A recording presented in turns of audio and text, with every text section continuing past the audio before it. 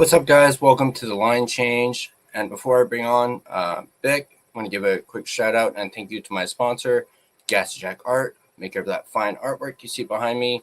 You guys can check them out at gassyjackart.com. But without any further ado, let's bring our guest on, Bik Nizzar. How's it going, man? I'm doing great. How are you? I'm doing good. For those of you that may not know, introduce yourself. Let people know who you are. Yeah, I do the Canucks postgame show on Sportsnet 650, the Canucks Central podcast, and also the People Show from 3 to 4 every day on Sportsnet 650, also on the podcast as well. Awesome. I just like to start off with some questions, find out who your favorite hockey team is. Sure. Yeah, no, I'm born and raised in Vancouver and Coquitlam. So my whole adolescent years and childhood years were all watching West Coast Express, 94, all that. So my favorite player growing up was Cliff Ronning and Pavel Bure and all that sort of stuff. So, yeah, I'm born and raised here. Awesome. You answered a second question. I was going to ask you who your favorite player was. Do you have a favorite current player? I mean, we're very privileged to be watching Quinn Hughes every single day, right? And so it's just an enjoyable experience to see just how he moves around the ice, and it's just so much fun. I feel very privileged to be there as often as I am to see him because it's rare to see that kind of player. Mm-hmm. Sure. Do you have a favorite moment? That I've viewed personally? It could be that. Yeah. Yeah, the Sedin's last home game. That's like I just remember the pop in that building, and it was just so cool to see them deliver one more moment, and it is something that just like resonated because it's truly like the first career that I feel like I've bookended, right? Because I was too young to really appreciate Pavel and all that sort of stuff. So to see the Twins come in to go through the entire story, and then to see it culminate in that moment, and it's like they'd given the fans everything. It was a send-off evening, but it was just like one more moment, and it's like that one will always stick with me. This is something I always ask everyone. What's one thing you would change in Canucks history? Oh, Nathan Lafayette hitting the post, like easily, like far and away. It was right there. But yeah, that's the one easily. All right. How did you get started on Sportsnet 650?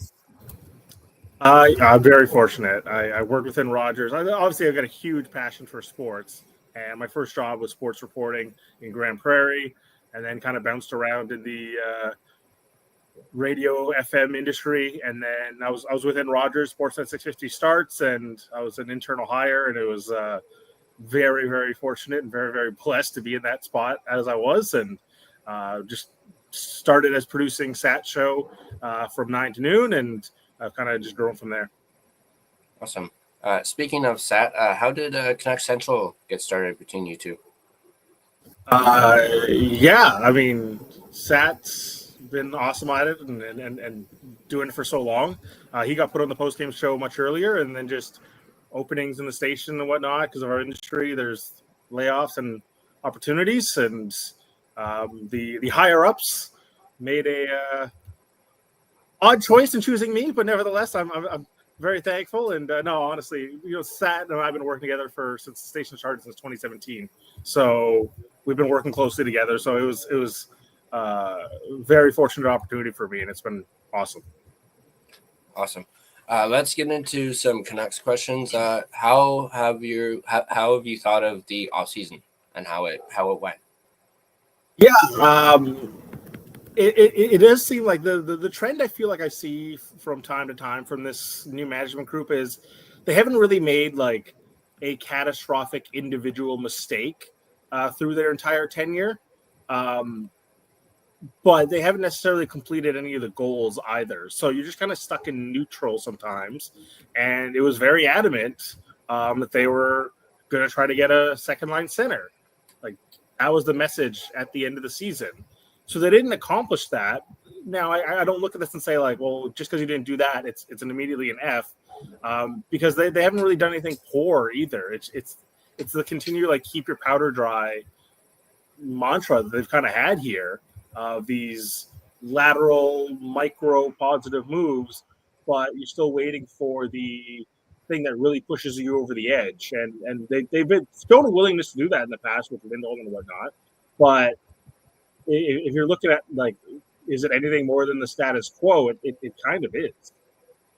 Mm-hmm. Speaking of that, obviously the trade for Evander Kane. What was your initial reaction to that?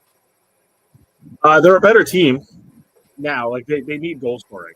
We're all well aware, like, how badly this team desperately needs someone that can score the puck. And if you look at Evander Kane's history, I think he's ninth as far as forwards these last couple of years, as far as goals per 60. So, like, he can put the puck in the net. There's no doubt, and they need a certain level of toughness as well. The big question is going to be health for me. If he can stay healthy, like, I expect 27, 28 goals, and the 5-on-5 role is certainly going to be there.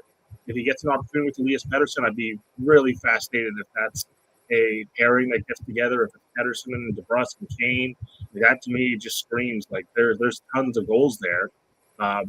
Or if it's Besser, DeBrusk and Kane, or Besser, Pettersson and Kane. Plus, you get that toughness on a Pettersson line too.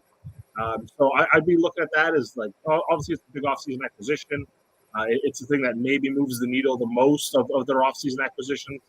And I just think if he's healthy, I don't doubt Vander Kane can individually produce goals on his own. It's just, can the rest of the team provide and maximize the upside? Mm-hmm, for sure.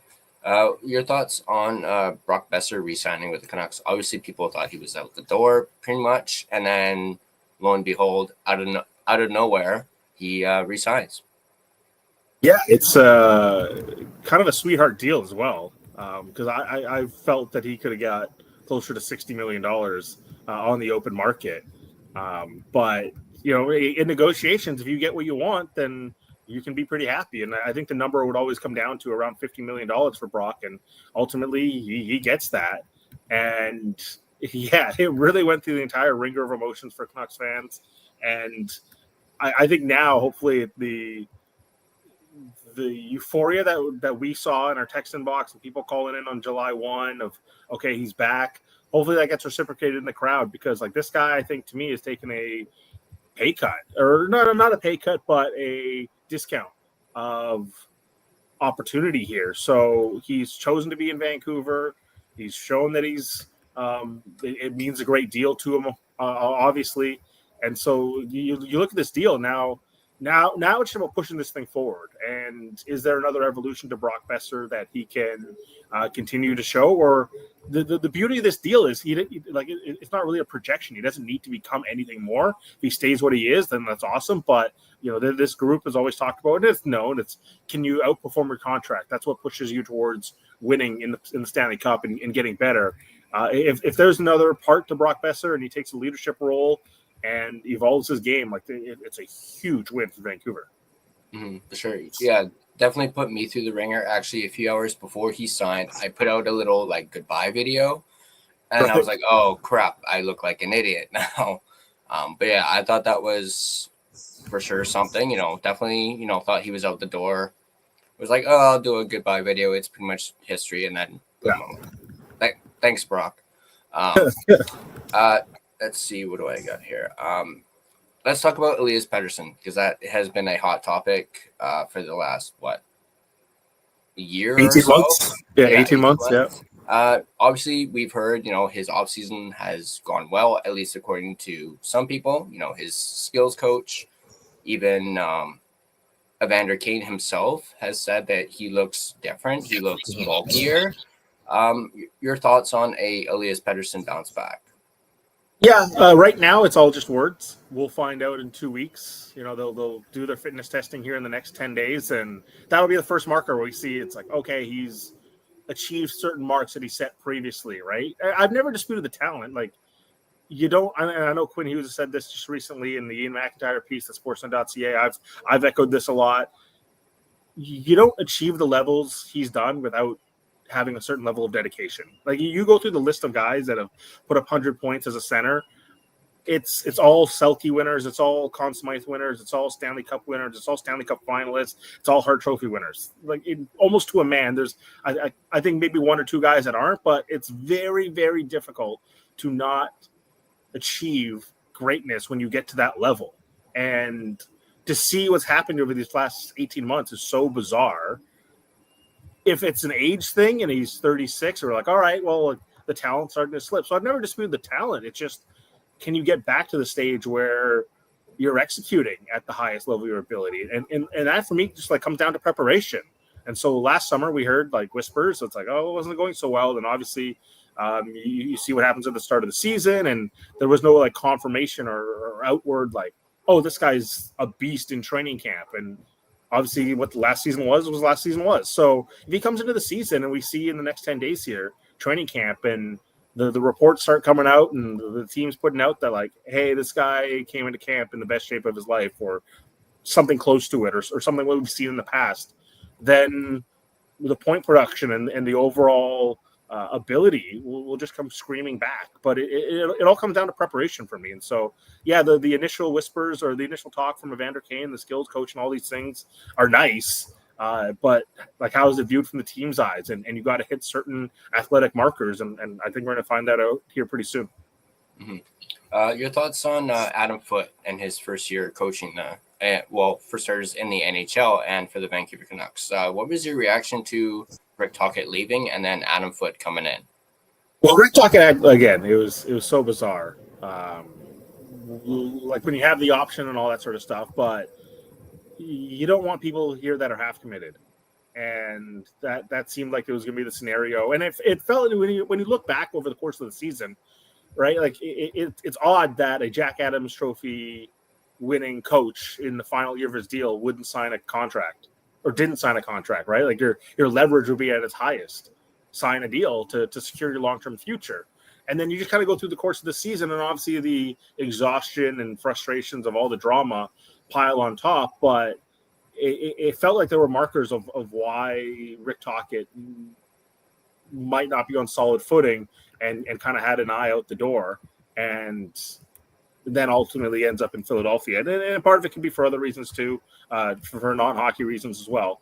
But for Adam Foote, like it's all unknown. Like there's a lot of at stake this upcoming season, and how it's going to translate as far as strategy wise, that all remains to be seen. It obviously didn't go well at the junior level for him for wins and losses, but this is at the pro level. Is his personality more suited for the pro level where there's expectations from guys to handle themselves a certain way?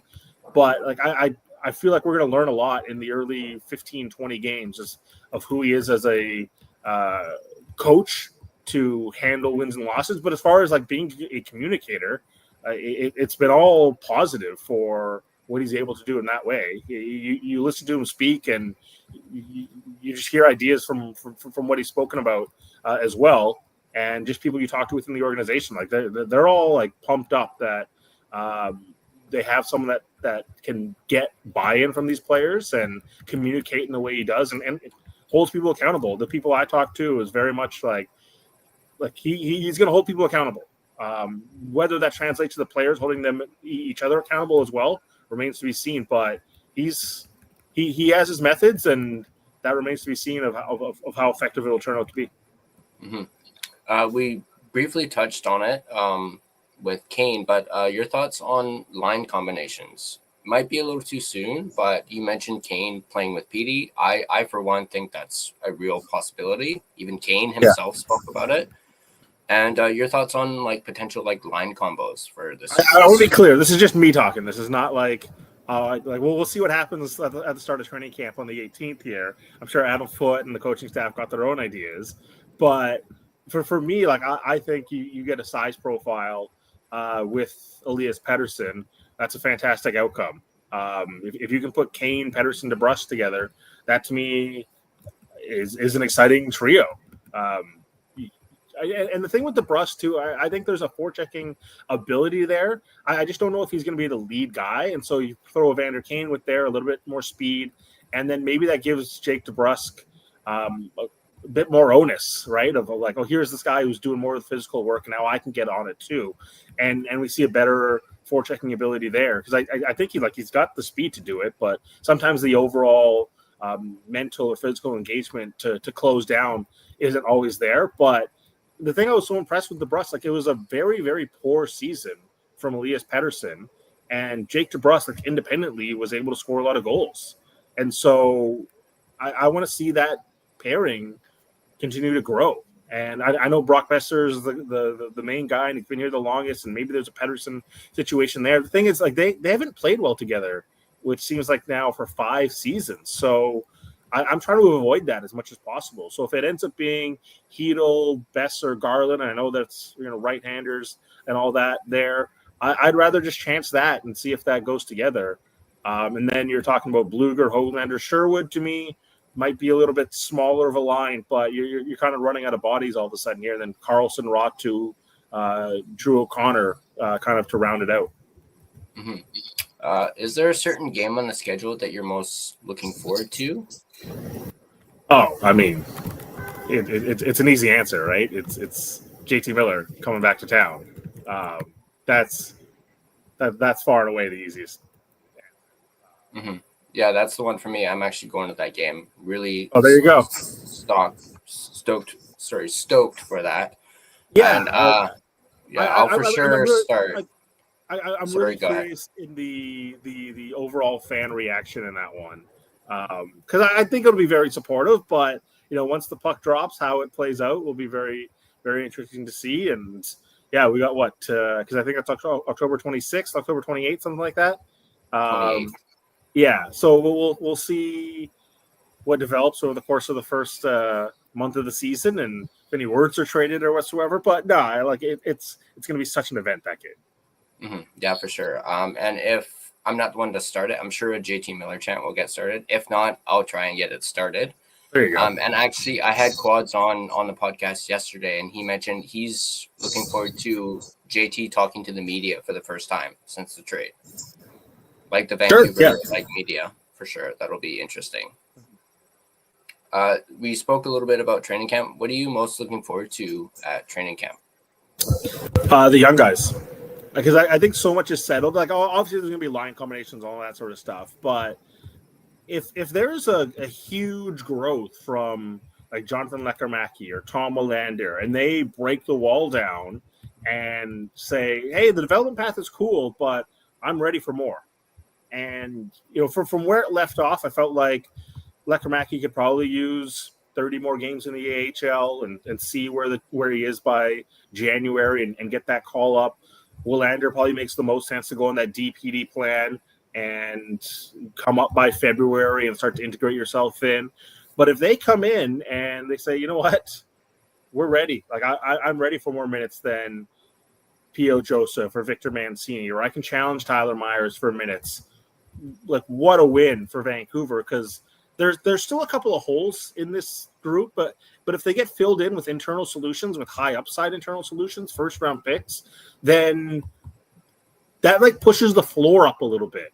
And as much as we this team desperately needs a higher ceiling, but I look at the floor right now as about 94, 95 points. And if the floor starts creeping up to 98, 99, well, that's you're talking about a 3 seed. You're talking about pushing for a 2 seed all of a sudden.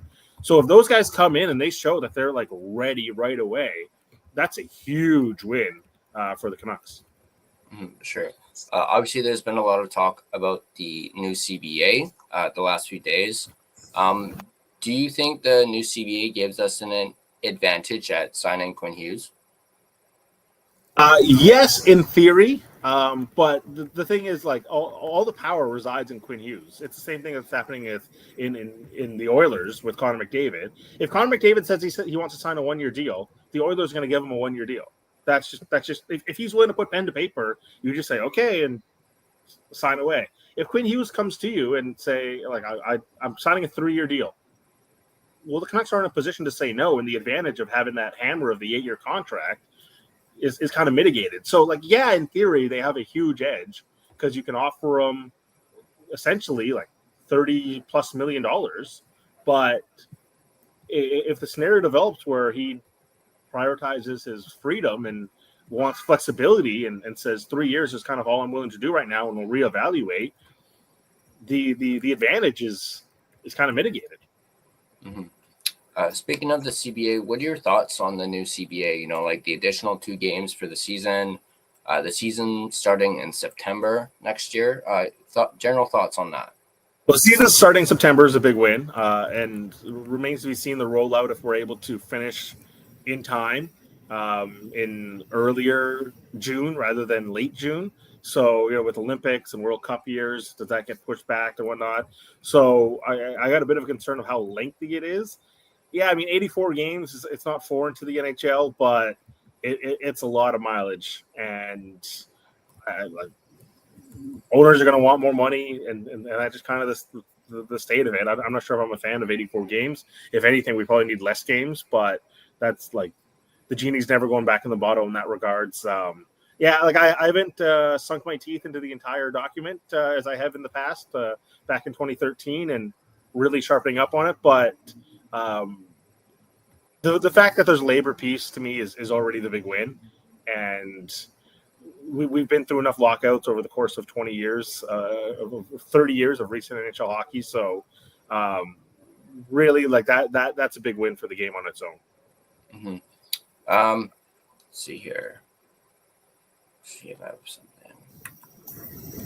something. Obviously, you mentioned earlier the Canucks didn't get their second line center, which is something they were hoping to do in the offseason. Jim Rutherford even said, at the end of the season, it's going to be expensive to get one, and it's going to be expensive not to get one. Obviously, there's still hope to try and get one, perhaps maybe in season. I believe there was an article on Canucks Army. Stefan Roger mentioned a bold prediction. They could, depending on how the season goes, execute a trade in January for a big time center. Your thoughts on that possibility?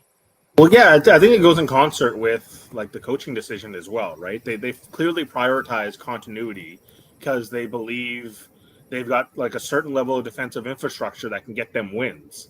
And the only reason you're going to go shop to acquire a second line center to fill that hole is because you're winning.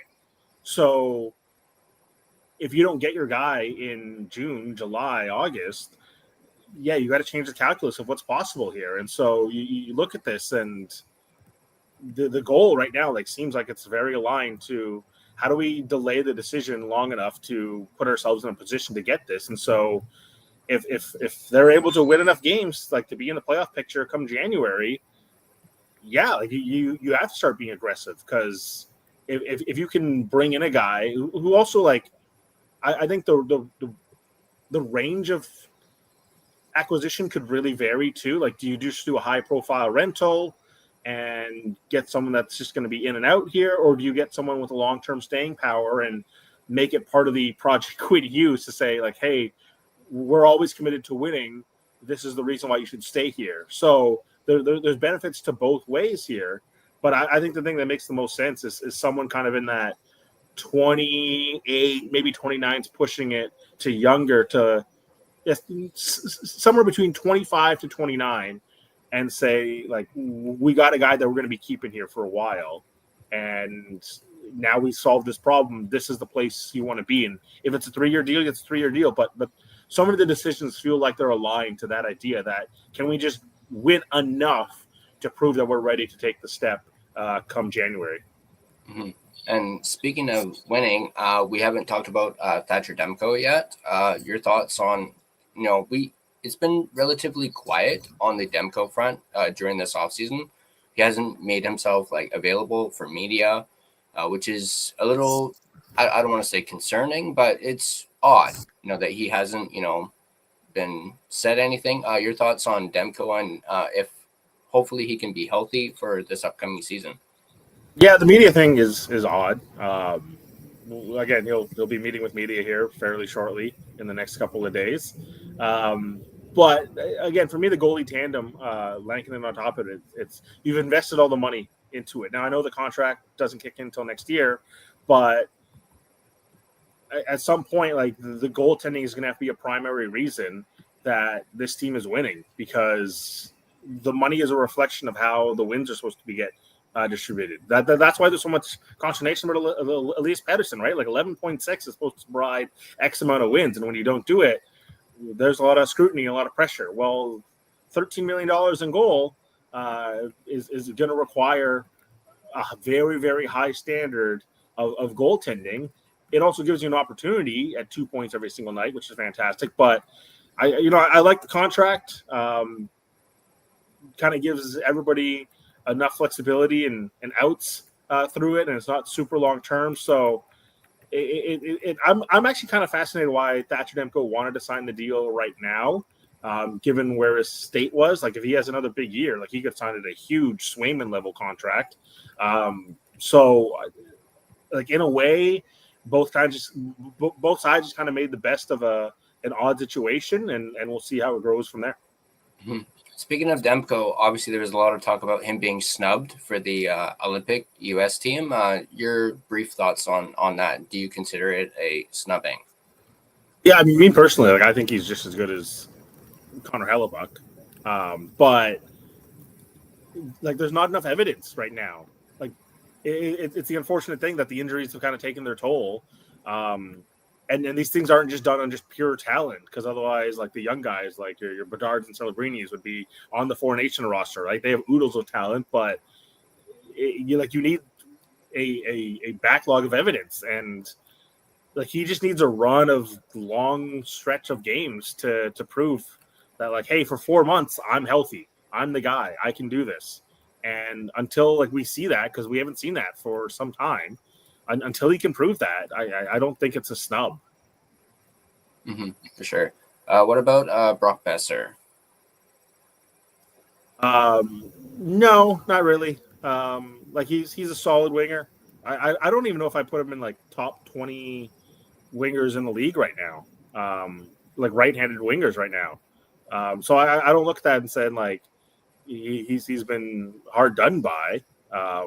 Like the American team is just so talented, and they seem to have a specific profile as well. And again, like he's an excellent player, but it is such a loaded team right now. Mm-hmm, for sure. Let's see if I have anything else. No, I don't. Well, thank you very much for coming on, Bik. It was great to have you on. Whoops. My weather thing just popped up. I'm like, couldn't see. But yeah, thank you very much for coming on. Really appreciate it.